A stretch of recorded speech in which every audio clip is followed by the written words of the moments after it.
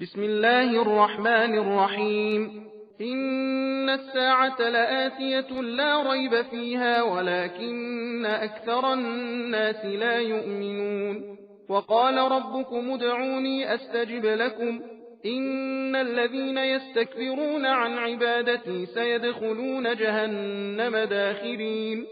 الله الذي جعل لكم الليل لتسكنوا فيه والنهار مبصرا إن الله لذو فضل على الناس ولكن أكثر الناس لا يشكرون ذلكم الله ربكم خالق كل شيء لا إله إلا هو فأنى تؤفكون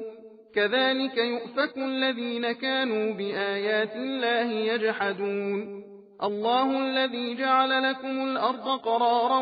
والسماء بناء وصوركم فأحسن صوركم ورزقكم من الطيبات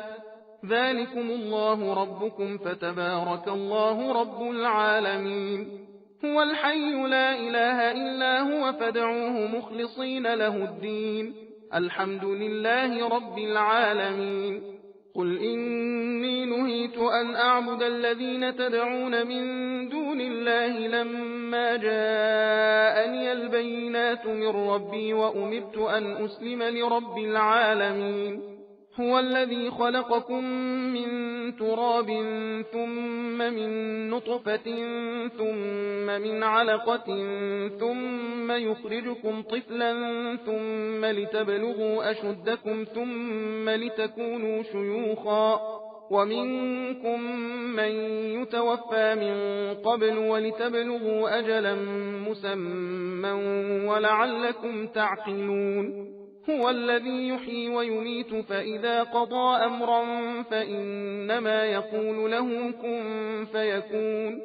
ألم تر إلى الذين يجادلون في آيات الله أنى يصرفون الذين كذبوا بالكتاب وبما أرسلنا به رسلنا فسوف يعلمون إذ الأغلال في أعناقهم والسلاسل يسحبون في الحميم ثم في النار يسجرون ثم قيل لهم أين ما كنتم تشركون من دون الله قالوا ضلوا عنا بل لم نكن ندعو من قبل شيئا كذلك يضل الله الكافرين ذلكم بما كنتم تفرحون في الأرض بغير الحق وبما كنتم تمرحون